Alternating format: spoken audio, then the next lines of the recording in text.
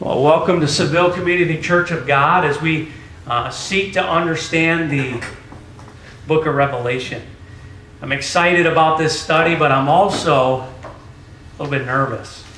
The book of Revelation is not necessarily the easiest book in the entire Bible to start to comprehend or start to understand, but we're going to seek to do the best we can together through this study. When we think about the book of Revelation and think about the church in its start, when Jesus died, his followers thought, well, this is it. They took our leader and they put him on a cross and they killed him. I'm sure there was a lot of confusion and they didn't know what to think. Maybe they thought he was defeated and that was the end of their story. However, when Jesus was resurrected, it proved that there was no defeat at all. He was actually victorious. He defeated death. The things that he ministered, the things that he taught and he preached on were beginning to come clear to his disciples, to his followers. His resurrection allowed his followers to understand fuller his ministry, those things that he'd been saying.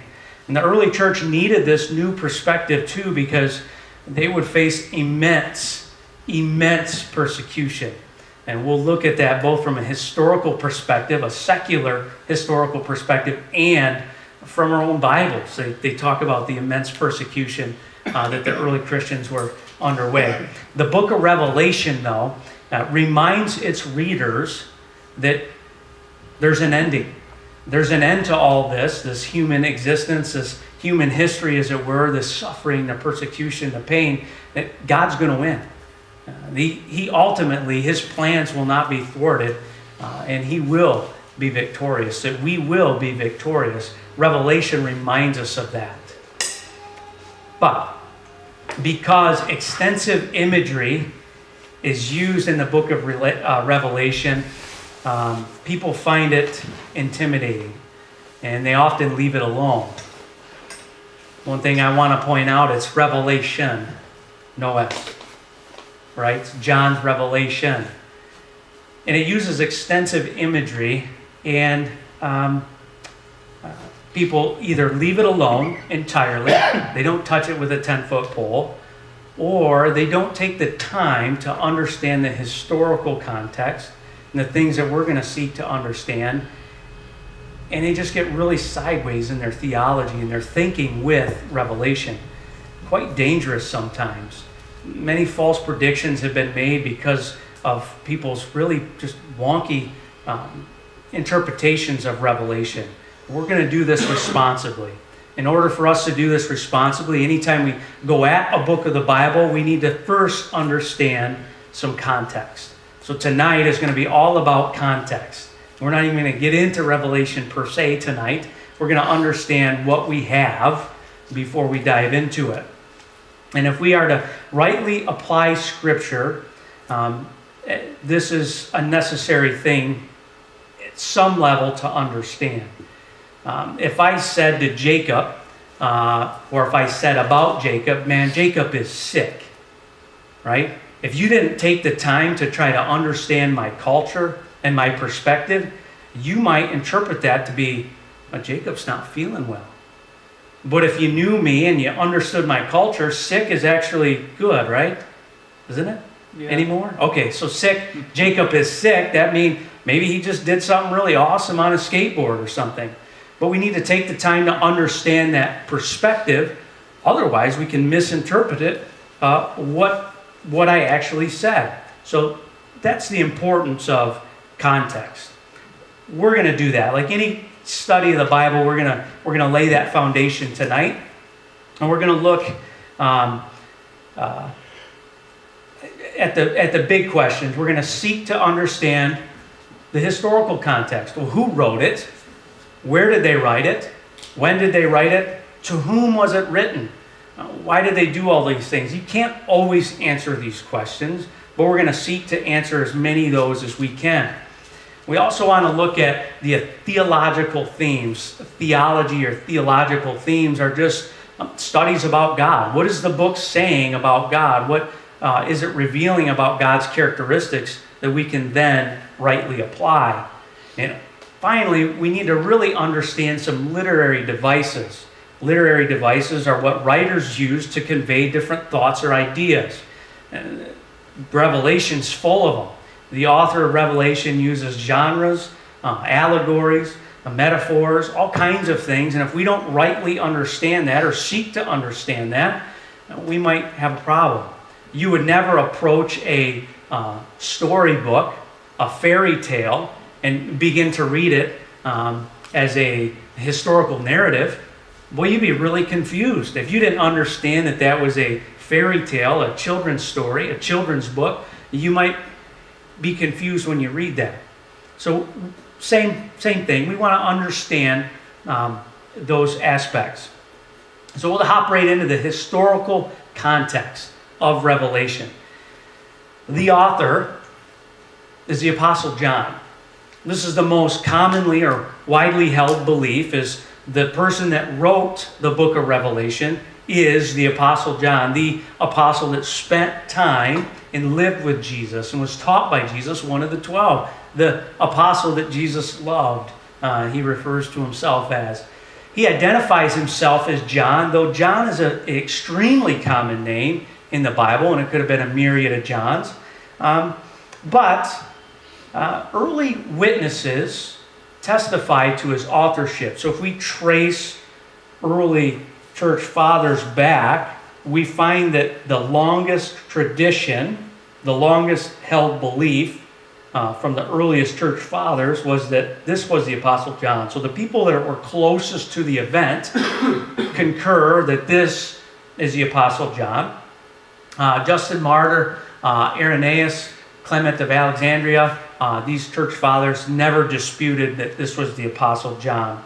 And also, the vocabulary in Revelation sounds an awful lot like the Apostle John in a couple areas, like the use of the word logos. John likes that word, and he uses it in Revelation as well as in his gospel. Not anything in particular other than he's really the only one that talks that way. So we can kind of glean that a lot of signs point that this actually is, certainly could be, the Apostle John. There are some dispute, though. Not everybody believes this. Some people think, well, John said that he was the Apostle John in his letters and his gospel. Why wouldn't he just tell us that in the book of Revelation? Why did he leave that out? And also, his literary style, the way he's writing in Revelation, doesn't seem to match up with how he's written in the Gospels. Those issues are further critiqued by people that hold that John, the Apostle John's the writer. They would say things like, well, yeah, this is a different genre. He's not going to write in the same style. It's a different phase of his life. So, for intensive purposes, I lean towards the author being the Apostle John. The date, or where he was when he wrote this, he tells us right in Revelation 1:9, he says he's on the small island of Patmos. That was in this area here. Little tiny rocky island of Patmos. You can see a picture of it down there.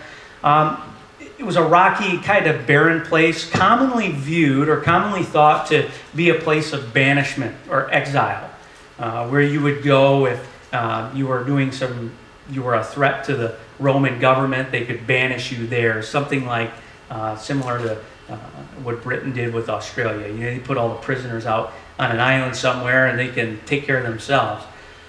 As we discover more and more, though, on the island of Patmos, we see that it actually is fairly developed. There's some inscriptions there. It's certainly not an inhabitable place, but certainly could be part of this banishment. It was commonly held that people were punished there by digging in the mines. There's no evidence of that. There's no archaeological evidence. So most likely, John was castigated there. He tells us in the book of Revelation that he's there because he's a threat, because of the word of God that he's preaching in this threat against the government. And John is told to write what he sees while on the island of Patmos. This is when the book is formed.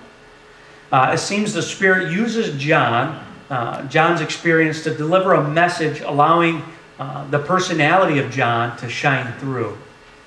This is a slightly different than some of the other books of the Bible because we see that John is told to describe what you see. So John is allowed kind of a little bit of leeway to write down how he interprets or how he sees or how he describes or how he is to describe what he sees. But we can rest assured that God still superintended the revelation. So this is God's authorship, John's writing of what he sees. The date, a little bit harder to pin down, is there's two prominent ideas of when John wrote this. The one idea is an early date, which would be during the reign of Nero, would be around AD 64 to AD 68. He reigned at 54, but people put it late. Or a later writing during the reign of Domitian, which would put it between AD 81 and AD 96. So Christ was crucified right around the year 30, 33, something like that. And this would have taken place sometime between 64 and 96. Probably 40-ish years later, 30-ish years after Christ was crucified. So we're going to look at both ideas. So I think both ideas have merit. And both ideas have large followings. The first idea is this early writing of Nero, during the reign of Nero. And proponents of this view will cite that Nero reigned from AD 54 to AD 68. He was the king, or he was the emperor. He was the ruler of Rome at that time. And he's widely known for blaming Christians for the burning of Rome in AD 64. Nero, he's a weird guy. He's a bad dude. He would start these renewal projects in Rome, where he'd go down and he would decimate an area of Rome and rebuild it up. Didn't make a lot of friends doing that. In fact, a common theory is he bit off more than he could chew and made some wealthy people mad by doing this thing where he'd go down and he'd wreck something and start over again. Well, he wrecked the wrong people's place, and he needed somebody to blame it on, so he blamed it on the Christians. Well, the Christians did it. This weird Jewish sect out there burned Rome. So he was widely known for using Christians as a scapegoat. And he persecuted Christians to look like he was doing something just. Hey, look, I'll take care of these bad Christians for you. And he did. He tried to persecute them. The other idea, or the other, some more evidence that proponents of this view will point to is in Revelation 17. Revelation 17 talks about the scarlet beast with 7 heads. Most scholars will attribute the scarlet beast with the 7 heads to Roman emperors. That's widely not disputed. There are some fringe people out there, but this is widely held that these are emperors of Rome. And 17:10 tells us, go through first you had Julius Caesar, Augustus, Emperor Tiberius, Emperor Caligula, Emperor Claudius, number 6, Emperor Nero, and Galba. And Revelation 17:10 says, there are also 7 kings, 5 of whom have fallen. 1, 2, 3, 4, 5. One is ruling. That would be number 6, would be Nero. And the other has not yet come, Galba. And when he does, he must remain only a little while. So they would point to this portion of Revelation and say that's Nero. Nero was the 6th emperor. So Nero must have been ruling at the time that John wrote his Revelation, wrote this part. Revelation 11 also seems to indicate the temple is still standing. Now, it is widely known, and it's not debatable, that the Jewish physical temple was destroyed in 70 AD. We know this. And it seems Revelation indicates that this temple is still standing. So proponents of this early dating will say, see, the temple's still there, so it must have been Nero, because John is talking about it like the temple is still standing.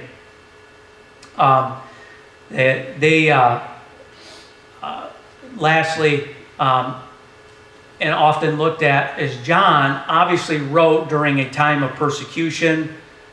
Why? He's on an island. He's being persecuted for the Word of God. So obviously he's writing during a time of persecution. We know Nero was a bad guy. I talked a little bit about that.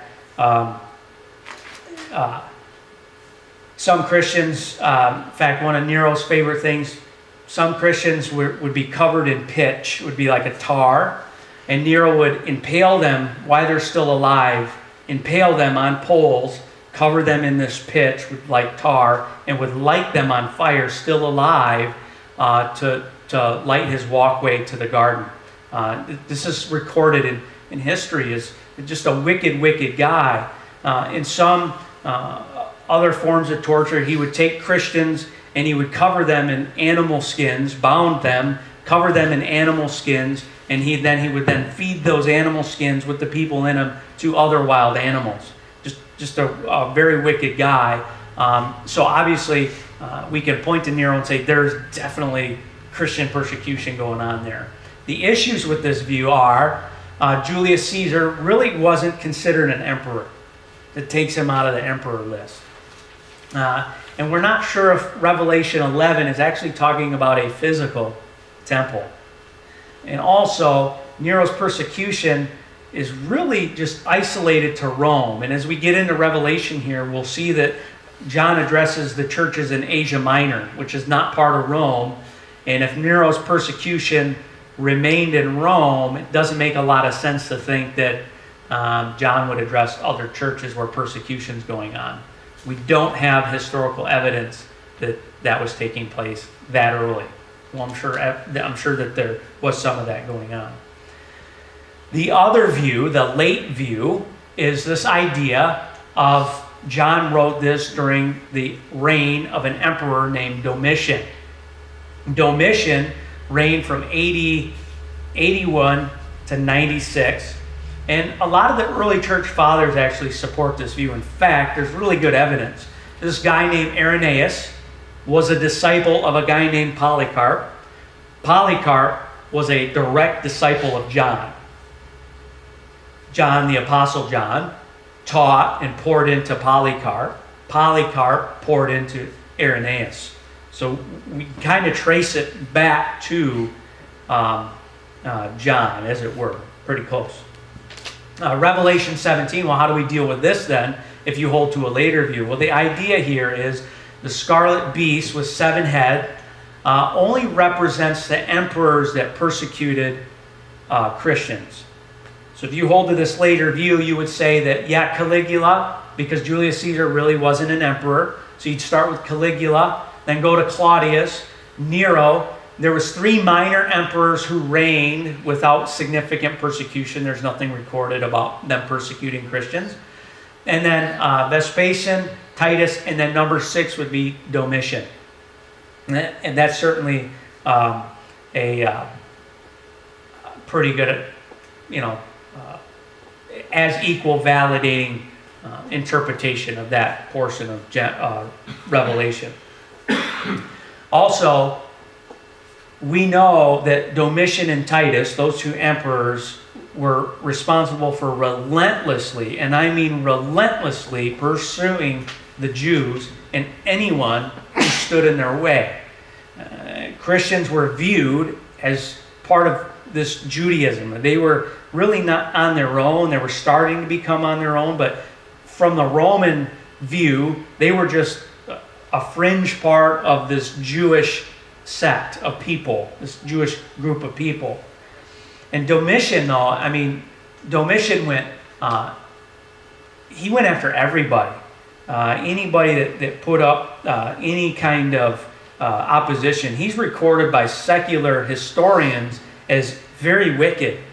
He would strip dwarfs and women completely naked, and he would force them to fight to the death for his entertainment.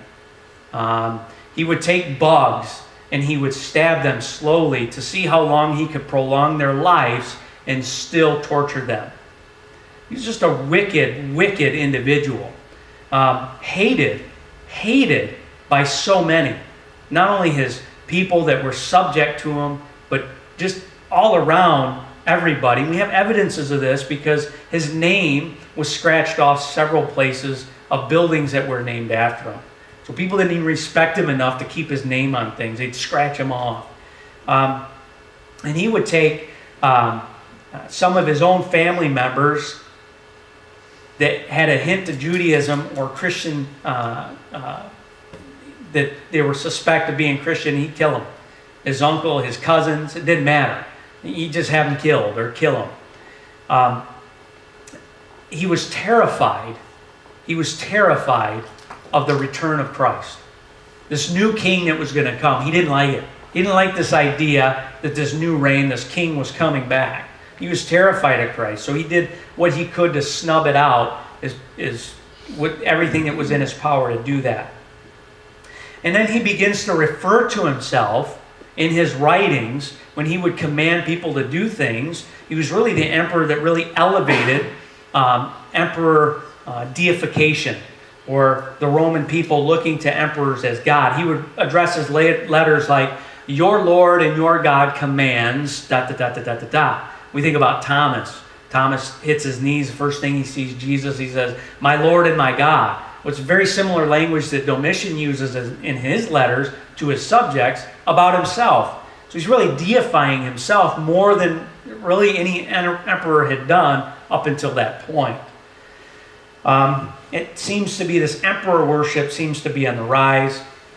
He ultimately is murdered by a former slave who saw his opportunity and took it and killed him. Is how Domitian met his demise. Now, the issues with this view, this later view of Revelation under the reign of Domitian are, John never really says the 7 emperors were persecutors of Christians. Really, the text doesn't tell us that. And he never mentions the physical destruction of the temple in AD 70, which would kind of be a really big deal. You would think he would mention that happening had this taken place afterwards. I tend to hold to a later dating under the reign of Domitian for a couple of reasons. One, because the early church fathers had that view, and also some of the language Domitian uses really supports some of the stuff described in Revelation. We'll get into that a little bit. Doesn't matter. Does it really matter if you have a view that, you know what, John wrote Revelation during the reign of Nero, or John wrote Revelation during the reign of Domitian? Not really. It's not really going to change anything. It'll impact your interpretation of Revelation as it pertains to events that had already taken place. Luckily, you're way ahead of both of those times. So both views are going to be, you're going to look back historically at them anyway. So it's not really going to impact our interpretation of Revelation. Who is the audience that John is writing to? Well, he specifically calls them out. It's part of what is now Western Turkey. Here's the island of Patmos. He addresses the 7 churches of Asia Minor. This part of southwestern Asia is the church in Ephesus, Samaria, Pergamum, Thyatira, Sardis, Philadelphia, and Laodicea. He addresses those 7 churches, and he seems to encourage them. He's encouraging them as they're suffering. There's some lamenting, some longing for God's justice, we'll read in Revelation. And he reminds them that they need put their faith in and trust into God's sovereignty. That even though you're going through this persecution, churches, God's in control. God's got a plan. God's sovereign over this. He seems to be trying to encourage them. And the churches, these churches really did need some encouragement, man, because they were really struggling to resist the world system. They faced pressures to compromise in many areas. Just one second. Same church as Peter